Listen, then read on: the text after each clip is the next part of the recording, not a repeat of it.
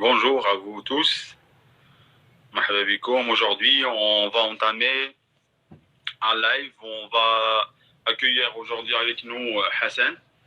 Ah, le voilà Hassan, il est arrivé. Bonsoir. Bonsoir tout le monde.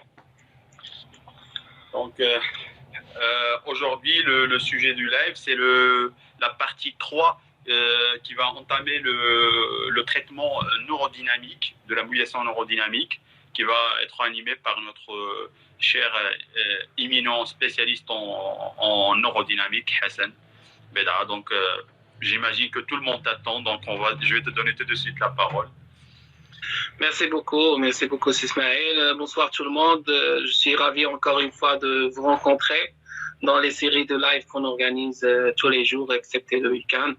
Et aujourd'hui, on va parler de la troisième partie. En fait, dans la première partie, on avait fait une introduction sur le concept de la neurodynamique. Dans la deuxième partie, on a essayé de discuter un peu les tests neurodynamiques et aujourd'hui, on va se pencher un peu plus précisément sur la technique de mobilisation neurodynamique en tant que technique et en tant que voilà, une partie dans le traitement qu'on va proposer aux patients. Donc, voilà, pour partir, je vais repartir de la biomécanique. Vous savez que le système nerveux, c'est un système qui est continu, et surtout les nerfs périphériques. Vous pouvez tirer d'un côté et que le mouvement va se produire de l'autre bout. Et ça, c'est très important. Et le nerf sur le comportement mécanique, c'est une structure qui permet un peu d'élasticité jusqu'à un certain pourcentage. Voilà, et du coup, on peut appliquer une technique de la sorte. Alors, dans la neurodynamique, globalement, on va discuter et on va parler de deux techniques essentiellement, les techniques de glissement et les techniques de tension. On dit qu'il y a une technique de tension ou bien on est en train de faire une technique de tension. Chaque fois, on va appliquer une contrainte qui vise à allonger le nerf, à augmenter sa longueur et donc à solliciter sa viscoélasticité. Et on dit qu'il y a des techniques de glissement lorsqu'on va essayer de faire tout simplement glisser le nerf en question par rapport aux structures qui vont constituer son environnement à lui. Maintenant, traiter en neurodynamique, ça suppose un raisonnement clinique. Quand est-ce qu'il est pertinent de proposer les techniques neurodynamiques? Et bien, chaque fois que une dysfonction pathodynamique est confirmée par un test ou plusieurs tests neurodynamiques. On ne peut pas proposer une technique neurodynamique juste comme ça, ou parce que ça fait partie du protocole thérapeutique. Certainement, un certain nombre de pathologies sont connues, c'est-à-dire la littérature avait montré que ça marche très bien de proposer un traitement neurodynamique. Mais comme j'ai dit dans le premier live, il reste une partie de tout. C'est pas la baguette magique. En fait, si le tissu nerveux va souffrir, il va certainement le faire parce que soit il est inflammé, ou soit il y a une contrainte mécanique qui est posée sur lui, qui le contraint à fonctionner mécaniquement d'une façon normale. Et alors, il faut être global d'abord sur l'approche diagnostique et détecter qu'une dysfonction neurodynamique est là. Par la suite, comme on l'avait vu sur le premier live, comme étant la physiologie et la mécanique du nerf sont intimement liées, nous, on intervient en tout cas mécaniquement. Et cette intervention mécanique permet d'améliorer la physiologie. Je donne un exemple. Par exemple, dans le cas du syndrome du canal carpien, en proposant de la mobilisation neurodynamique, déjà, on va jouer sur l'œdème qui est au niveau du canal carpien, mais aussi sur la mobilité des axones entre elles. Et ça, c'est très important. Cette mobilisation va aussi améliorer le flux intraneural et la circulation intraneurale, ce qui retentit sur la physiologie, et donc le nerf devient moins mécanosensible et moins sensible à la contrainte mécanique et surtout à la tension. Donc, tout d'abord, il faut s'intéresser à l'interface, parce que si on ne traite pas l'interface, c'est impossible qu'on va avoir des résultats juste avec la neurodynamique. Et qu'est-ce que je veux dire par l'interface? Comme on l'a expliqué sur le deuxième live, l'interface, le nerf, il ne va pas flotter dans l'air, il va avoir un rapport avec toutes les structures de l'appareil neuromusculo-squelettique, à savoir les fascias, les muscles, les os, les disques intervertébraux, la peau parfois quand ils sont superficiels. Et du coup, il faut analyser en fonction de ce qui présente le patient comme symptômes, ce que vous allez avoir comme notion sur votre anamnèse, et puis en fonction des tests neurodynamiques et leurs résultats, s'ils sont positifs. Et par la suite, il faut premièrement traiter l'interface. Et ça, c'est important. Alors, traiter l'interface, s'il est articulaire par des mobilisations articulaires adaptées à la région pour mettre moins de contraintes sur le nerf en question. Si c'est musculaire, il faut proposer des techniques musculaires qui diminuent en général la tension. C'est la tension qui va créer le problème pour le nerf. Diminue la tension dans le muscle, qui diminue la pression ou la contrainte sur le nerf. Ça peut se faire parfois avec les fascias, et dans ce cas, il faut aller par des techniques faciales. Ça peut se faire avec la peau, et la même chose, et ainsi de suite. Alors, si on ne traite pas d'abord l'interface, on ne va pas parvenir juste avec un traitement neurodynamique à traiter la symptomatologie que va présenter le patient. Après, dans un deuxième temps, on passe aux techniques neurodynamiques propres. Alors, les techniques neurodynamiques, tout simplement, c'est très simple, c'est pas très difficile. Ils sont inspirés des tests neurodynamiques. Bon, on prend le test, il y a une séquence pour le réaliser, ça dépend où est située, c'est-à-dire la symptomatologie du patient, et on va utiliser ce test comme technique thérapeutique. Ça veut dire, cette fois en mobilisation, mais pas en continu, en fait. Parce qu'un test, on va épuiser la mobilité jusqu'à ce que la symptomatologie va apparaître. Alors, la première technique qu'on utilise en neurodynamique, dans l'ordre, c'est les techniques de glissement, aux sliders. Les techniques de glissement, c'est quoi le principe? Vous prenez un nerf sur sa longueur, prenez les deux points du nerf, et vous allez essayer de faire glisser le nerf par rapport aux interfaces qu'il va parcourir, sans créer de tension, sans créer d'allongement. Ceci ne va jamais augmenter la mécanosensibilité du nerf, donc c'est rare où ça va donner une sensibilité, sauf si un accrochage est là et qu'il faut prendre en charge, comme j'ai dit, tout d'abord en traitant l'interface. Alors, au fur et à mesure que la symptomatologie du patient va s'améliorer et que les tests neurodynamiques vont nous montrer qu'il y a une certaine amélioration, on peut par la suite passer à des techniques de tension. Et bien, les techniques de tension, quant à elles, ils visent à faire quoi? À créer un allongement sur le nerf. Alors, qu'est-ce qu'on va faire? On va aller plus loin sur la tension, augmenter légèrement, très légèrement, la longueur du nerf par rapport au test précédent, et procéder encore une fois par des techniques tout d'abord de glissement, ok, et puis de tension. Alors, à la différence, dans les techniques de tension, on ne va pas utiliser souvent deux articulations, mais une comme pivot de mobilisation, et les autres articulations vont rester immobiles. Tandis que dans les techniques de glissement, on va essayer de mobiliser au minimum deux articulations à la fois, ce qui va faire glisser le nerf au lieu de l'allonger. Et bien sûr, c'est une partie du traitement. C'est vrai que la neurodynamique fait partie des techniques utilisées en thérapie manuelle, mais après, une fois améliorée la symptomatologie du patient, il faut passer à un traitement qui est plus fonctionnel et intégrer cela dans les activités socio-professionnelles du patient et essayer de corriger peut-être quelques façons de faire qui ne sont pas correctes et proposer de meilleures options pour améliorer. Et sans oublier de donner des exercices, c'est très faisable au neurodynamique et c'est facilement, ça peut se faire très facilement, des exercices à domicile, surtout avec des techniques de glissement. Donc en gros, ça va être ça, la neurodynamique, si on veut, voilà, survoler le phénomène. Oui. Il y a une question. Est-ce que la neurodynamique sera-t-il efficace dans le cadre des névralgies chroniques depuis des années. Quelqu'un qui présente des névralgies chroniques installées depuis des années, est-ce que ça serait efficace? Des névralgies cervico-brachiales ou bien en général? La question a été posée en général. Alors, ce qui a été très étudié dans la littérature, c'est la névralgie cervico-brachiale. En fait, quand les lésions sur le nerf ne sont pas très très importantes et que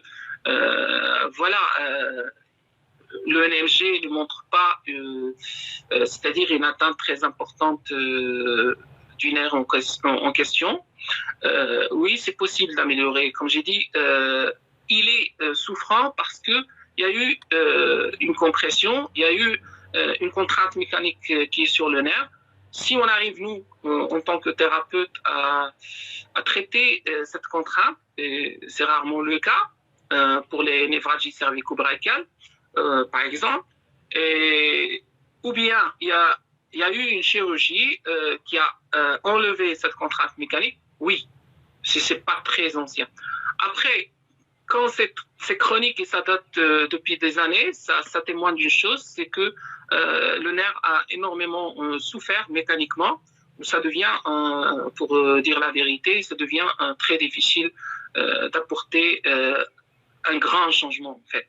Même maintenant, en allant feuilleter dans la littérature, par exemple, dans les syndromes du canal carpien qui sont sévères, c'est très difficile d'apporter un changement. On peut améliorer vraiment les cas qui présentent un syndrome de moyen, de modéré à bénin, en fait, en fonction des résultats de NMG.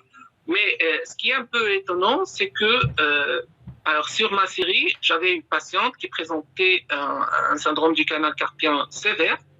Et après 20 séances, à raison de 2 séances par semaine, on avait fait un EMG de contrôle. Il a montré une certaine amélioration, mais cliniquement, il s'est amélioré. Et il relate que il ressent moins de fourmillements, moins de symptômes. Le test est toujours positif, mais le NMG a montré que les distances, les latences, c'est-à-dire sur le plan moteur et sensitif, le médian a été amélioré. Donc oui, parfois, mais quand c'est pas très très ancien, on peut revenir à une situation quasi normale. Alors, je vous donne un autre exemple sur des patients qui avaient un syndrome du canal carpien qui est modéré. On avait presque une situation quasi normale. C'était une amélioration un peu spectaculaire grâce seulement à un traitement neurodynamique, qui comprenait un traitement neurodynamique, bien sûr. Il y a d'autres questions? Oui. Konima pose une question par rapport à neurodynamique et névralgie cervico-brachiale.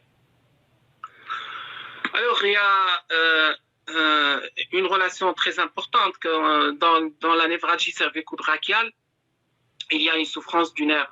Weiner avait proposé un cluster basé sur 4 tests, dont, entre autres, Upper Limb Neurodynamic Test 1, qui, s'il est positif, tu peux pas y aller plus. Ça y est.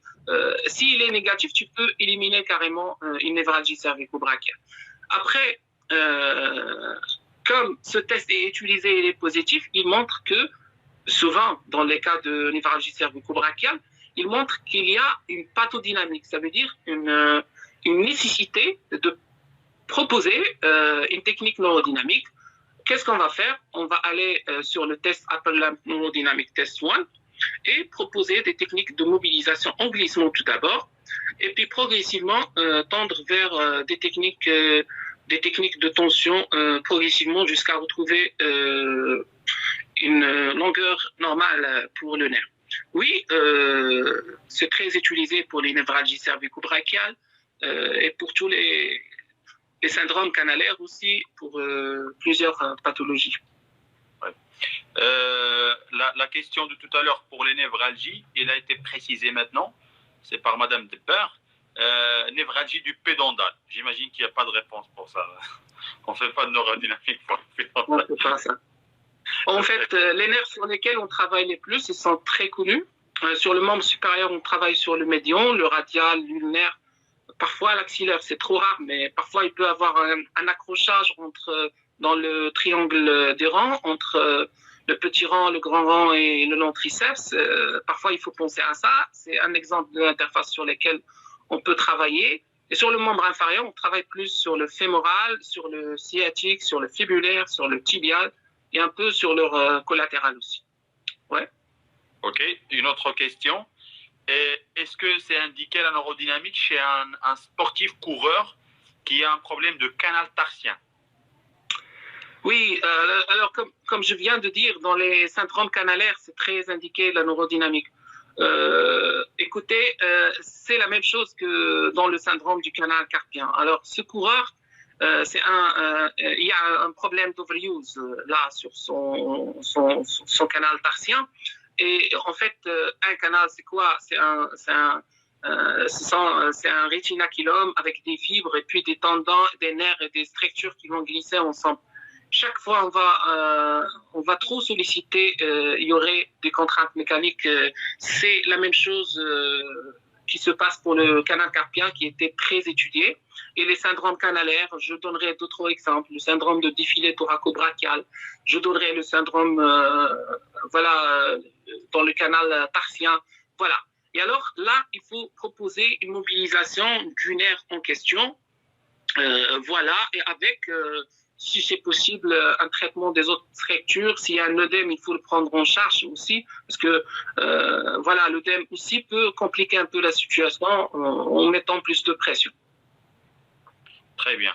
Donc, une autre question, question plutôt théorique, indication et contre-indication de la neurodynamique. Oui, c'est très important aussi d'en parler. Les indications, il y en a plusieurs, comme je l'avais dit, dans les syndromes canalaires, dans les syndromes, le syndrome de l'euro-régional complexe, dans les NCP, les névralgies cervico-brachiales, dans les, comment dirais-je, même en sport, il y avait des études qui avaient montré que, en fait, en Australie, il a été réalisé en Australie, des sportifs, cliniquement, ils montraient des symptômes en faveur de lésions des ischio-jambiers. Et en fait, sur les sportifs, on avait fait des tests et finalement, seulement 18% ont souffert de problèmes musculaires. Le reste ont souffert de nerfs sciatiques, de problèmes mécaniques de nerfs sciatiques. Et la mobilisation, en utilisant le test SLAMP comme moyen et comme technique de mobilisation, avait amélioré la majorité, ce qui laisse supposer l'introduction des techniques neurodynamiques, même en pratique sportive, vu l'utilisation accrue des sportifs par rapport aux personnes qui le sont pas. Très bien. Une autre question. La neurodynamique peut-elle induire une hypersensibilité? Quoi? Alors, j'allais oublier parce que j'ai pas parlé des contre-indications. Les contre-indications, bien sûr, j'avais parlé des indications, tous les syndromes canalaires et ce que j'avais dit. Et pour les contre-indications, il faut faire très attention quand il y a une suture récente du nerf, parce que la mobilisation peut compromettre cette suture. Et quand il y a une infection, une tumeur qui touche au système nerveux, et en particulier au nerf en question, il faut être très prudent là. Et parfois, il y a pas des contre-indications, mais des appels à être trop prudent dans des contextes. Par exemple, si vous avez affaire à un patient qui, sur le plan psychologique, n'est pas très stable, attention, ça va être très sensible. Ok. Donc, est-ce que la neurodynamique peut induire une hypersensibilité, voire des effets non souhaités? Oui, si vous l'utilisez pas comme il le faut, bien sûr. J'avais dit dans le deuxième live que, par exemple, ce qu'on connaît le plus, c'est étirer un nerf. Mais les contraintes peuvent être différentes. Si moi, par exemple, je ne présente aucun symptôme, mais je vais au bout de mon test, mon premier test du membre supérieur, plus je vais tirer, plus je vais créer de contraintes et plus il va être sensible. Finalement, un test neurodynamique est toujours positif, ok?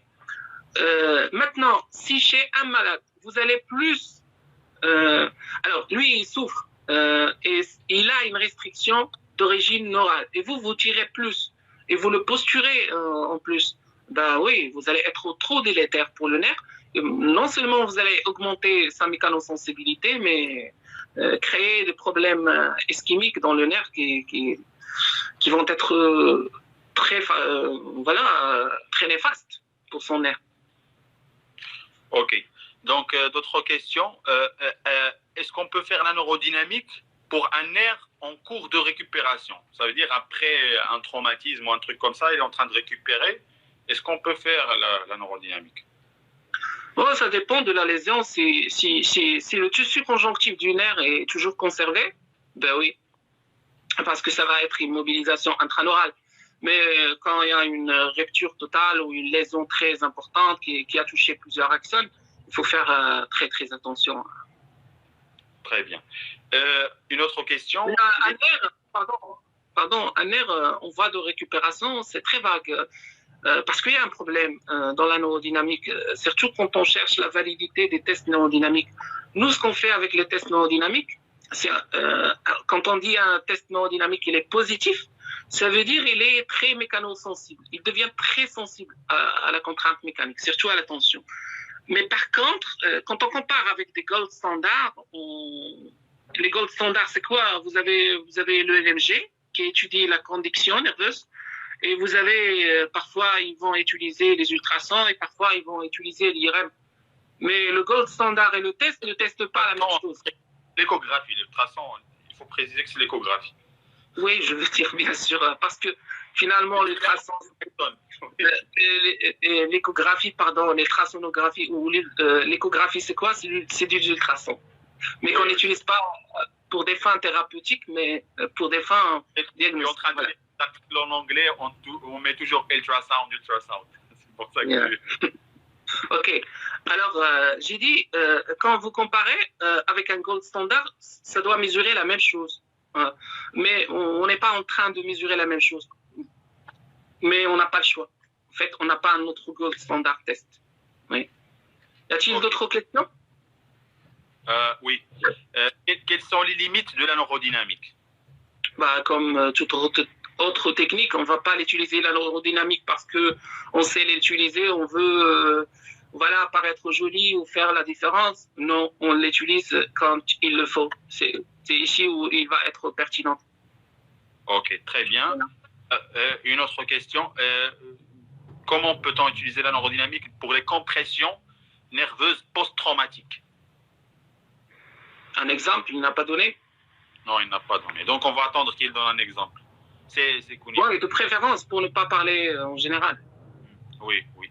Donc, le SLAMP test est-il utile? Est-ce qu'il est utile pour le traitement de la sciatique? Oui. Pour mobiliser le nerf sciatique, nous avons plusieurs façons. Ce que vous connaissez le plus, c'est peut-être le test de Lasek, ou bien straight leg raise, qui met une tension sur le nerf sciatique. Le SLAMP, c'est un test qui met en fait une contrainte sur tout le tissu non ménagé, en fait. Tout le tissu non ménagé. Mais on peut aussi mobiliser le nerf sciatique par le test SLAMP en tant que technique. Ça mobilise, ça mobilise nettement le nerf sciatique. Ça dépend de ce que vous faites. Alors, vous allez pencher, vous allez SLAMP to SLAMP, voilà le tronc, et puis fléchir la nuque, fléchir le rachis cervical. Bien sûr, le côté sur lequel vous allez travailler, vous avez déjà l'avant-bras à la région lombaire. Et puis, doucement, on va aller étendre le genou, ce qui met en tension le nerf sciatique. Après, quand la symptomatologie elle est là, on passe à des techniques de mobilisation, ça veut dire utiliser le rachis cervical plus le genou pour proposer des techniques de glissement. Oui, dans ce sens, on peut utiliser le SLAMP pour traiter le nerf sciatique, mais je pense que s'il n'y a pas de contre-indication, je ne sais pas ce qui présente son patient, si je vais par un straight leg raise, ça va être plus spécifique, pas général. Très bien. Donc, une autre question, c'est Younes qui la pose. Est-ce qu'on peut associer le SLAMP test à d'autres mobilisations neurodynamiques dans d'autres cas de d'autres nerfs? On peut tout associer, il faut mettre une situation pour que ça soit clair pour moi. Mais en tout cas, oui, mais ce qui est très important, par exemple, dans le SLAMP ou dans d'autres techniques neurodynamiques, c'est qu'on peut les associer en même temps à des positions. Par exemple, je vous donne, vous avez une compression sur les racines par un disque. On doit tout d'abord penser à fléchir la région lombaire en mettant des lordoses. Et de préférence, le côté que je suis en train de traiter, je le mets ça veut dire que je glisse un coussin pour créer plus d'ouverture. Et là, je permets aux racines de mobiliser sans qu'il y ait une contrainte, d'être mobilisées, sans qu'il y ait une contrainte mécanique représentée par le disque. Et après, je passe vers des mobilisations. Mais peut-être mobiliser un nerf sciatique en même temps qu'un nerf médian reste toujours possible. Mais dans quel cadre, si j'avais peut-être un patient qui aura besoin des mobilisations neurodynamiques, je parle de moi, pour un nerf médian et aussi pour un nerf fémoral ou un sciatique, je travaillerai chaque partie à part peut-être. Mais je sais pas quelle est la situation pour répondre exactement, mais oui, ça. Il vient de Just Jorions, voilà, et il dit que le slam seul pour la sciatique, c'est surtout pour le post-op immédiat. Oui, on l'utilise en post-op immédiat, on l'utilise aussi pour traiter des lombalgies s'il y a vraiment une douleur neuropathique dans le trajet des sciatiques, on l'utilise. Bon, il y a beaucoup d'utilisations pour beaucoup de cas dans lesquels on utilise ça. Une autre question par rapport au syndrome du muscle piriforme. Oui. C'est quoi la question? Un mot sur le. C'est comme ça, un mot sur le syndrome du muscle piriforme, bien sûr en lien avec la neurodynamique. Bien sûr. Alors, vous savez que le nerf sciatique, dans son trajet, il va avoir une interface mécanique représentée tout d'abord sur la partie postérieure du bassin. Et il va avoir, si on enlève le grand fessier, on va voir le moyen. Si on enlève le moyen, mais déjà, si on enlève le grand fessier, on pourra voir le nerf sciatique exposé. Après, il va passer en avant du muscle piriforme et en arrière du muscle jumeau supérieur. Voilà. Et chaque fois où ce muscle, parce que dans les positions que l'on prenne tous les jours, soit dans la vie journalière ou professionnelle, ce sont des positions qui mettent souvent en tension le muscle piriforme. Et quand il est en tension, il va se raccourcir. Ça veut dire qu'il est contracturé.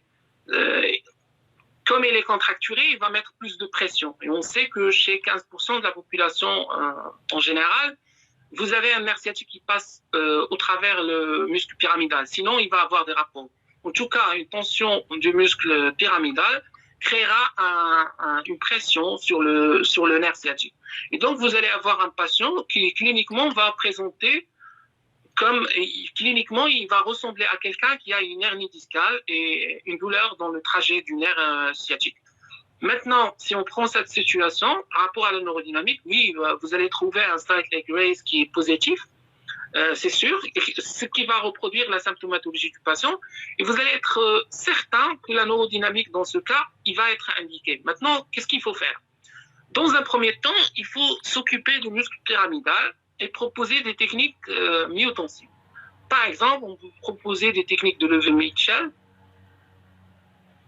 ou un trigger point, un dry. Si vous savez bien l'anatomie palpatoire et que vous n'allez pas le faire sur le nerf sciatique, attention.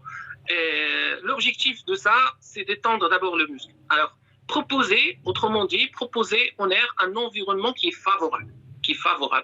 Et après, il faut aller sur des techniques de glissement gentiment jusqu'à ce que mécaniquement il s'améliore, donc physiologiquement il va s'améliorer.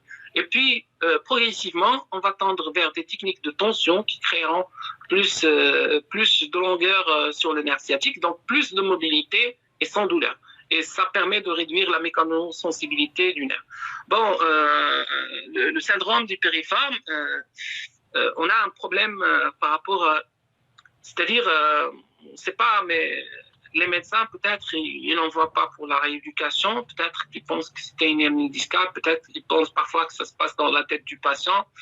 Je ne sais pas. Il faut que l'on parle à grande échelle dans les journées scientifiques. Comme ça, on peut sensibiliser un peu pour qu'on puisse recevoir des patients souffrant de ce problème. Et je pense qu'il y en a plusieurs. Oui? Si tu permets, Hassan, j'interviens, vu que ça concerne un petit peu la kiné de sport pour le syndrome du muscle piriforme. C'est pas question qu'il n'en voit pas, mais la catégorie de médecins qui sont plus au courant de ce syndrome, c'est plus les médecins de sport. Et les médecins de sport au Maroc, il n'y en a pas beaucoup. Ils ne sont pas en contact avec le milieu hospitalier et tout le monde. C'est des médecins qui sont enfermés avec leur kiné dans les équipes. Ça, c'est de un. De deux, les autres médecins, on va dire, pourquoi ils ignorent de temps en temps ce syndrome? Parce que, tout simplement, jusqu'à présent, il n'est pas reconnu comme un diagnostic. Il est juste catégorisé comme une observation clinique. Il n'a pas encore eu la validation du CMBT 11 ou 10 pour être validé comme un diagnostic clinique. Donc, c'est pour ça qu'il y a un manque d'orientation pour ce. Ouais, c'est pour ça aussi que je dis qu'il faut qu'on en parle à grande échelle lors des congrès, peut-être. Oui. C'est très important. Il y a une partie du traitement qui n'est pas invasive, qui est facile à faire et qui donne des résultats très probants. Peut-être ils vont en parler, c'est tout. Oui. C'est pas parce qu'ils veulent pas, mais ils savent pas que peut-être il y a une approche de traitement dans ce sens.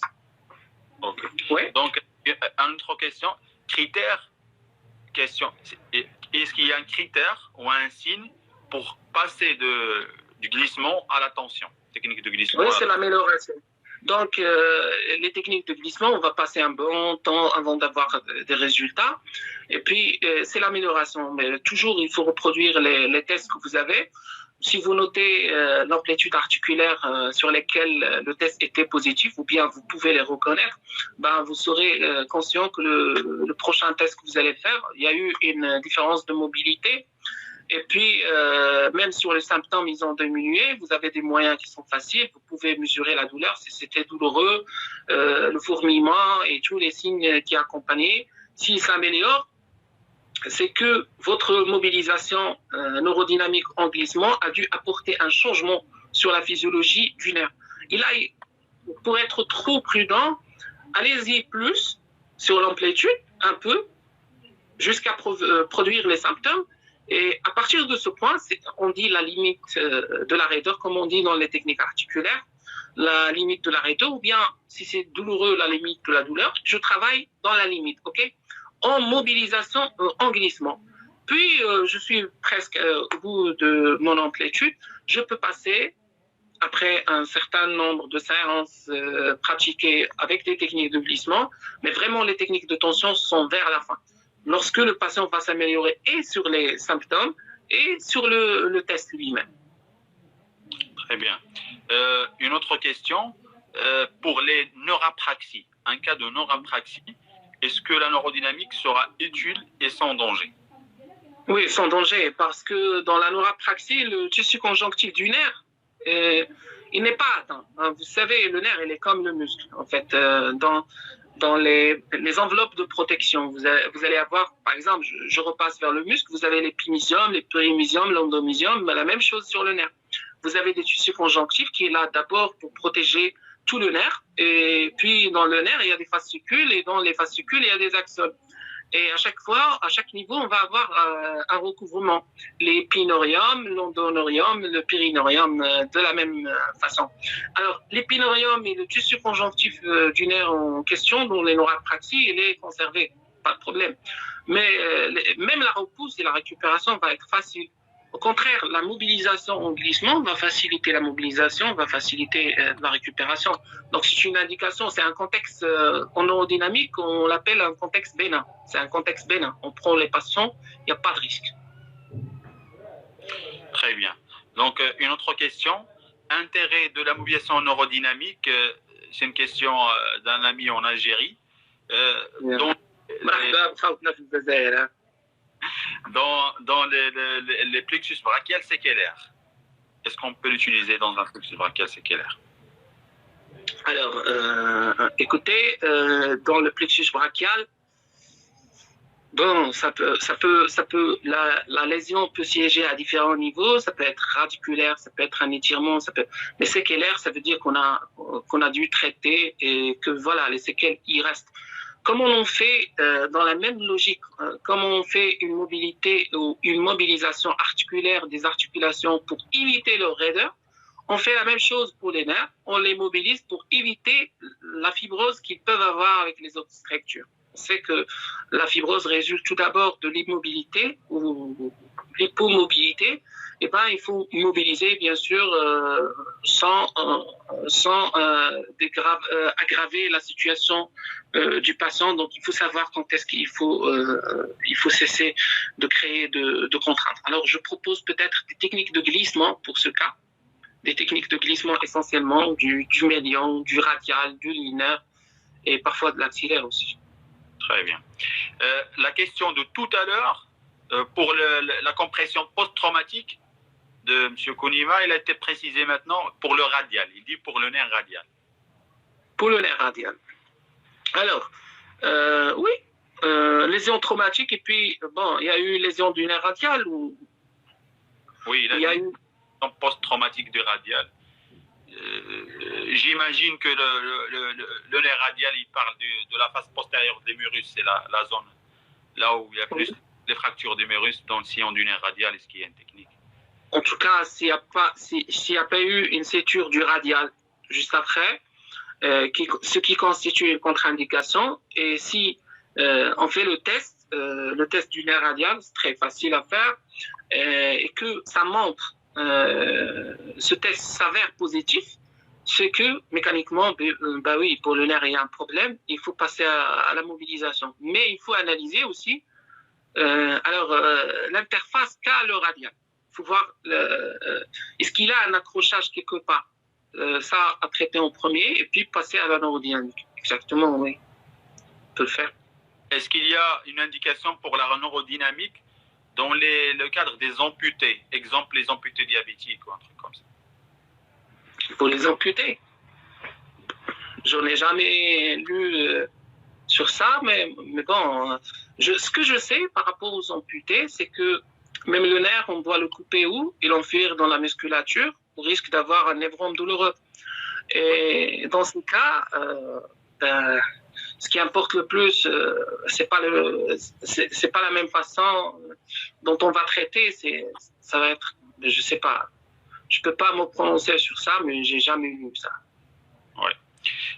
Une autre question, à part le SLAMP test en post-opératoire immédiat pour le nerf sciatique, faut-il attendre un délai de temps en post-opératoire avant de commencer les glissements neurodynamiques pour les autres nerfs?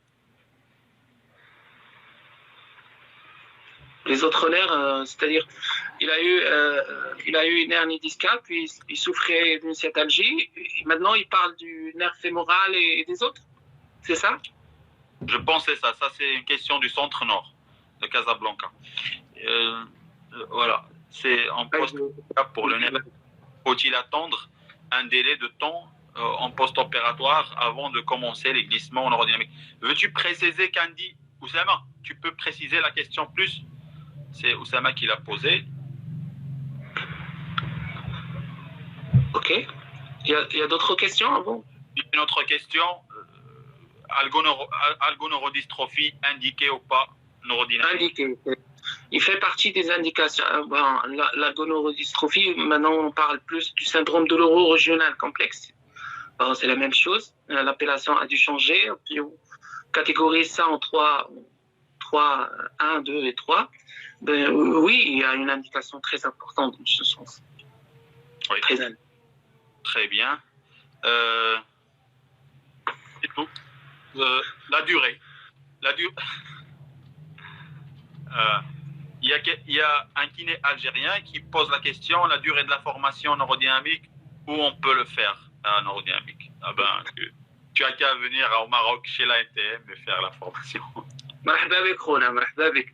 شوف, bon, il est proposé par tout le monde pour ne pas faire que de la pub pour nous. Il est proposé par tout le monde. Tu peux chercher, c'est très facile sur Internet. Tu pourras avoir 1000 propositions pour le faire. Alors, nous aussi, dans la NTM, on propose ça dans le cadre de formation en thérapie manuelle orthopédique. On propose aussi un module de formation en technique de mobilisation neurodynamique. Ça prend pas beaucoup de temps. Nous, comme moi, Ismaël, on l'avait fait aussi à Bruxelles. C'était une journée de formation. Mais après, les centres, ça change. Si vous comprenez le concept, ça va être très facile à faire. Oui. Nous, on fait 2 jours pour la faire. Voilà. Ah ben, C'est un record quand même. 19 questions. Tu as répondu à 19 questions. Tu mérites. Non, non, il reste celle de Oussama. J'ai pas bien compris ce qu'il voulait dire, mais bon, je vais essayer d'imaginer. Est-ce qu'on peut traiter les autres nerfs? Ben, oui. Il n'y a pas de contrainte sur les autres nerfs, ni au niveau racine, ni au niveau trajet. Mais après, pourquoi on veut les mobiliser pour entretenir peut-être, ou parce qu'ils présentent c'est-à-dire une symptomatologie particulière. Il faut voir la situation. Et même en post-opératoire immédiat, alors, dans l'hernie discale, on va enlever le disque, on ne va pas toucher peut-être au nerf. S'il n'y a pas de contre-indication de la part du neurochirurgien, et ben, dès le lendemain, on peut mobiliser, pas de souci. Très bien. Donc, je pense que voilà, c'est toutes les questions. C'est près 20 questions ou 21. Est-ce que, voilà, Oussama, il vient de préciser.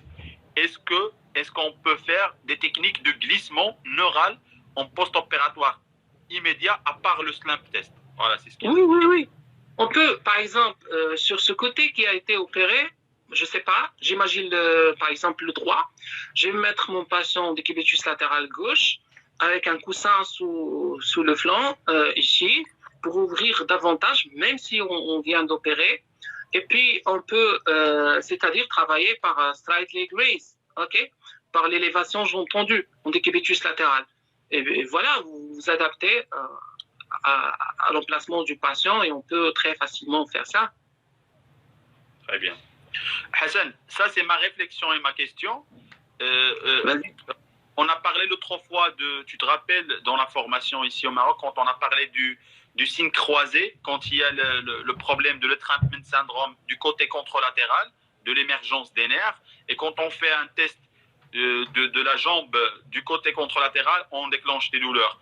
Est-ce que ça serait pertinent en post-chirurgie d'aller mobiliser l'autre membre? Oui, parfois. Alors, si vous isolez le système neuroménagé, le tout, le cerveau, la moelle, les nerfs et tout, c'est un continuum. Et c'est un continuum, quand vous tirez de là, vous tirez de là. Et quand vous tirez de là, vous allez tirer de l'autre côté. C'est un continuum. Alors, on peut travailler sur un nerf et avoir parfois des symptômes qui commencent sur le trajet d'un autre. C'est très probable. Okay, c'est un continuum. Mais du moment que c'est un continuum, vous pouvez avoir ça. Mais vraiment, il va falloir, si on veut mobiliser de ce côté, il va falloir une tension très importante, ce qui peut peut-être, du côté où on fait la tension, compromettre un peu la circulation intraneurale. Et c'est le plus important. Alors, si j'ai un conseil à dire au kiné, au thérapeute manuel, attention à la posture du nerf. Un nerf, on ne le posture jamais. Parce que si vous posturez un nerf, vous allez le priver de la circulation intraneurale. Et là, il va souffrir énormément. C'est très méchant. Okay. Au-delà de 12% jusqu'à 15% de tension sur un nerf, vous dépassez sa longueur habituelle de 15%, il n'y a plus de circulation intraneurale. Et ça, c'est très grave pour un nerf. Oui. Donc, il y a des félicitations, des remerciements. Après, il y a Madame Touria qui nous pose la question, peut-on mobiliser les muscles de stress par la neurodynamique pour déstresser? J'ai pas bien compris. Madame Touria, est-ce que tu peux reformuler ta question? Je pense que c'est la dernière question, Hassan, parce que... Non, c'est pas grave, des questions, je suis là. Alors, parfois, on peut mobiliser, les façons qu'on a pour pouvoir mobiliser le nerf, on peut mobiliser le nerf via les articulations, comme on en fait classiquement. On peut mobiliser un nerf, si vous avez un bon sens de l'anatomie palpatoire, à chaque fois qu'il va devenir superficiel, comme ça, manuellement et directement. Et on peut mobiliser ce nerf en mobilisant les muscles qui vont avoir des rapports avec ce nerf. OK. Alors, maintenant, quand on dit, dans la différenciation structurelle, par exemple, dans les tests, quand on fait la manœuvre de différenciation structurelle, qu'est-ce qu'on vise faire? Mobiliser le nerf par rapport aux structures. Tout ce qui a précédé, on peut penser que c'était la mobilisation des autres structures, les muscles et les articulations, qui ont dû peut-être créer ces symptômes. Mais une fois on met la différenciation structurelle, là, on immobilise toutes les autres structures et on fait une mobilisation, si vous voulez, entre parenthèses, isolée du tissu nerveux. Et dans ce cas, si c'est positif, on dira que c'est neurodynamique, de la même façon dans le traitement. Alors, on a des muscles de stress, trapèze, grand fessier, diaphragme. Il y en a 5, je crois. Et après, je sais pas, peut-être ça serait intéressant. Moi, il a montré que la tension au niveau des ischio-jambiers, après mobilisation neurodynamique, ça peut diminuer la tension au niveau des ischio-jambiers. Mais oui.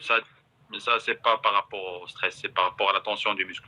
Une autre question, en cas de sciatalgie hyperalgique, est-ce que ça donne des résultats? Donc, le patient, il arrive avec un épisode de douleur, et est-ce que ça donne des résultats? Quand c'est très douloureux, il faut respecter la douleur un peu jusqu'à ce que à la phase aiguë va passer. On conseille peut-être un traitement médical antalgique, ça va être très important. Et bon, quand c'est très douloureux, elle est très mécanosensible.